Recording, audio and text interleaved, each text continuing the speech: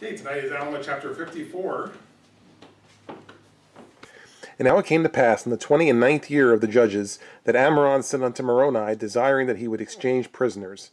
And it came to pass that Moroni felt to rejoice exceedingly at this request, for he desired the provisions which were imparted for the support of the Lamanite prisoners, for the support of his own people, and he also desired his own people for the strengthening of his army. Ammoron was currently the king of the Lamanites, having taken over for his brother Amalekiah, who was killed a couple chapters ago. All right, and so now he's contacting Moroni, who was the general for the Nephites, and saying, hey, we got some of yours, you got some of ours, why don't we do some exchange of prisoners here? And Moroni was happy to hear that, right? Because he said, hey, we got to feed these people here, you know, like keeping them prisoners. So I'd rather just use the food for my own people, and rather than have to use it to feed the Lamanite prisoners. So yeah, I'm happy to have them off my hands. And also, yeah, I'd love to have my own people back. It would help build up the army. So yeah, he was happy to hear that there was going to be an exchange of prisoners. And so, but I think in the last chapter it talked about they took some of the people prisoners and they were using them to do work, but they were anticipating that they might be able to do some swapping. So yeah, he was happy to hear this proposal. So. Now the Lamanites had taken many women and children, and there was not a woman nor a child among all the prisoners of Moroni, or the prisoners whom Moroni had taken. Therefore Moroni resolved upon a stratagem to obtain as many prisoners of the Nephites from the Lamanites as it were possible. Therefore he wrote an epistle, and sent it by the servant of Ammoron, the same who had brought an epistle to Moroni. Now these are the words which he wrote unto Ammoron, saying, Behold, Ammoron, I have written unto you somewhat concerning this war which ye have waged against my people, or rather which thy brother hath waged against them, and which ye are still determined to carry on after his death. The Nephites had just taken prisoner the men, or the ones who were fighting the war, and whereas the Lamanites, they picked on the women and children too, so they had maybe even whole families there as prisoners. So yeah, they had taken a different approach. So Moroni figures out we got to figure out a way to get everybody released here, right? Because if we just do one for one, they have more actual people than we do. They may have equal number of men, but we want the women and children to be released too. So we need a strategy. So as he begins to come up with a strategy, so he sits down to write an epistle. So he's writing a letter to Ammoron, and he's going to send it back with the same one who brought the letter from Ammoron. Okay, as you see, the servant of Ammoron was there. And so now you see how he's starting out. It says, I'm writing you about this war, it says, which you have waged against my people, or rather which your brother did, because, you know, obviously it was Amalekiah who kind of brought the Lamanites to war there, right? But it seems like you're wanting to still keep it going, even though he's dead. So therefore, now you're the one who's on the hook for this, okay? So that's why it's being addressed to him, saying, you know, yes, your brother may have started this up, but now you're continuing it, so now we need to figure out a way to get past this. Behold, I would tell you somewhat concerning the justice of God, and the sword of his almighty wrath, which doth hang over you, except ye repent and withdraw your armies into your own lands, or the lands of your possessions, which is the land of Nephi. Yea, I would tell you these things if ye were capable of hearkening unto them. Yea, I would tell you concerning that awful hell that awaits to receive such murderers as thou and thy brother have been, except ye repent and withdraw your murderous purposes, and return with your armies to your own lands. But as ye have rejected these things, and have fought against the people of the Lord, even so I may expect you will do it again. In 6 it says, you know, he wants them to basically repent, or, you know, in other words, discontinue what they're doing, and withdraw your armies into your own lands, right? Which is the land of Nephi, right? And we always keep pointing out on our little drawing here, right? So of course, Zarahemla is where the Nephites live, and the land of Nephi is where the Lamanites live. So he says, hey, get out of here and just go back to where you came from, okay? And now, but now if you read 7 and 8, it sounds like I'm saying this, but I don't really have much confidence that you're going to listen or to do what I'm saying, mainly because you've rejected it before, and so I would expect you're going to continue.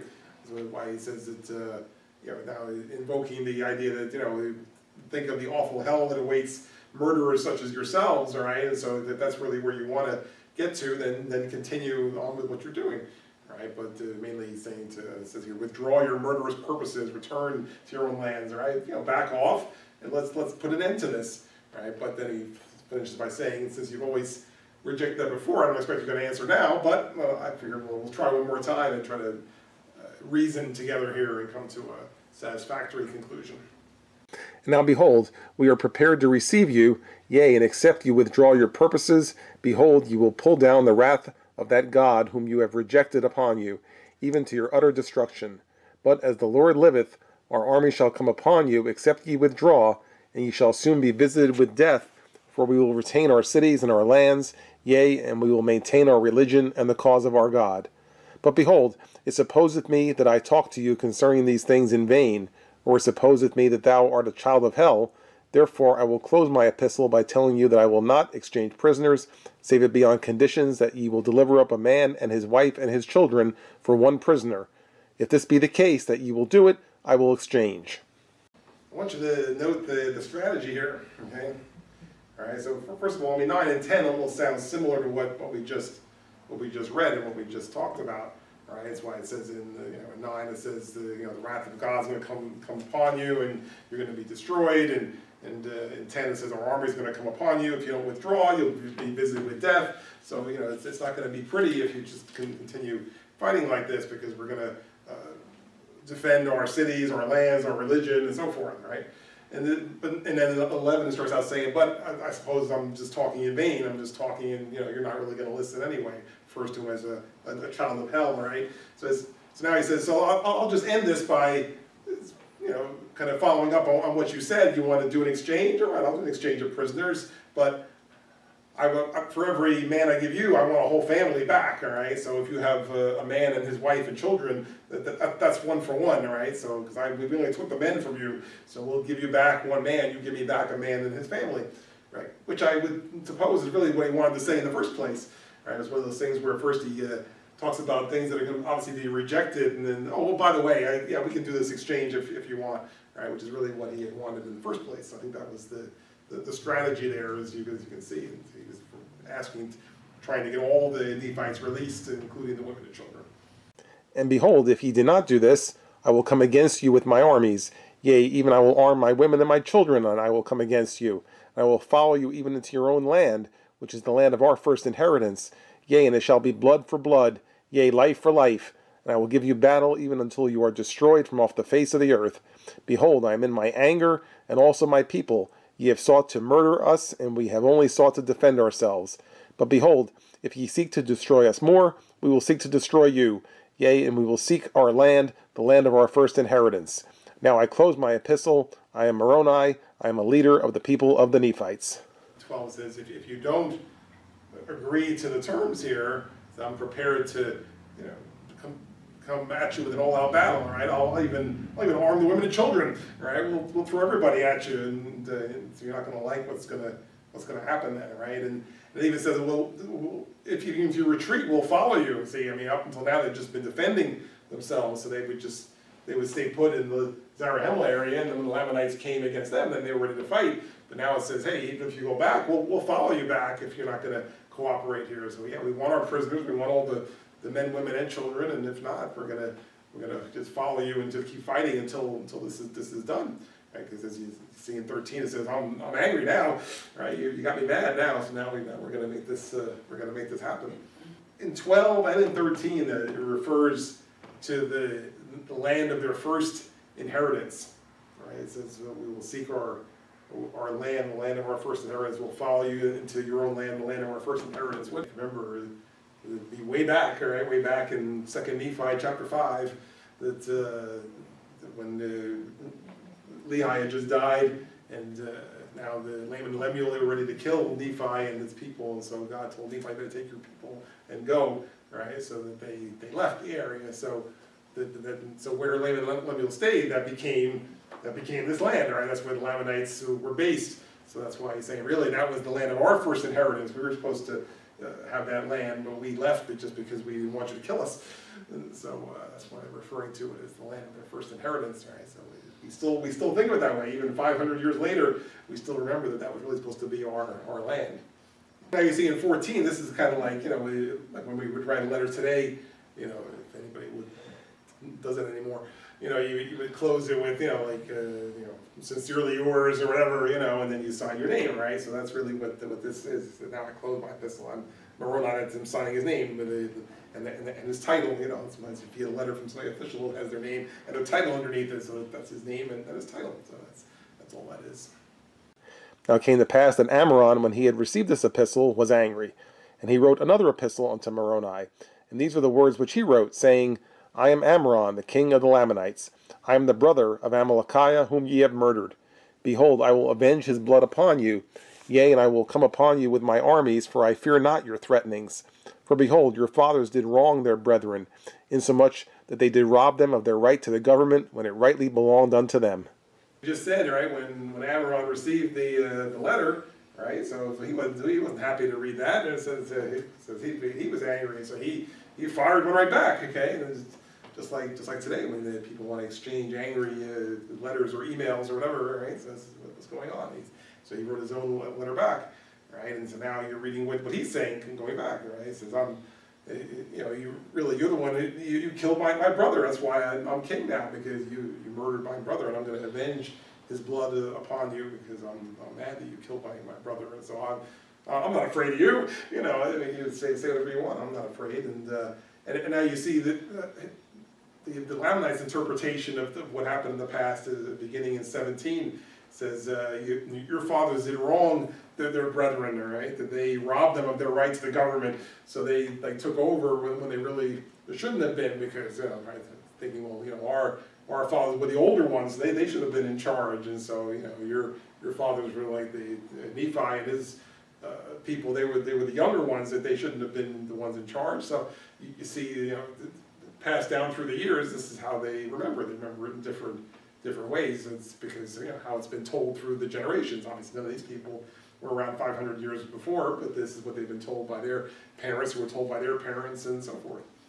So you can see some of the built up hatred between the people just from going through the generations. That there was, each generation was programmed to hate the other one, and so now that's still in force, even though 500 years have passed. And now behold, if ye will lay down your arms, and subject yourselves to be governed by those to whom the government doth rightly belong, then will I cause that my people shall lay down their weapons, and shall be at war no more. Behold, ye have breathed out many threatenings against me and my people, but behold, we fear not your threatenings. Nevertheless, I will grant to exchange prisoners according to your request, gladly, that I may preserve my food for my men of war, and we will wage a war which shall be eternal, either to the subjecting the Nephites to our authority, or to their eternal extinction. He's throwing out his own terms, if you will, saying that, hey, listen, put down your weapons, turn the government over to us, and we won't kill you. Right? That's his. So that's his proposal, all right, and saying that, yeah, we're not afraid of you. So if we fight, we're going to win, all right. So if you don't want us to kill you, just turn over the government to us, which we should have had in the first place, and then everybody will be happy, all right. So that's his proposal. All right, and then having gotten past that, it says, yeah, we'll do the exchange of prisoners, because almost for the same reason. It says, I'd be happy to just use the food we have for our own people, for our own men of war, as it says, all right? So, yeah, we don't want your people in our prisons. Take them, right? So you give us back ours, you take yours, and this way we'll just feed our own. Sure, and then they had the men, women, and children, so if they were going to give up more people, that they'd be saving on food, because they would have to feed fewer people when it was all said and done.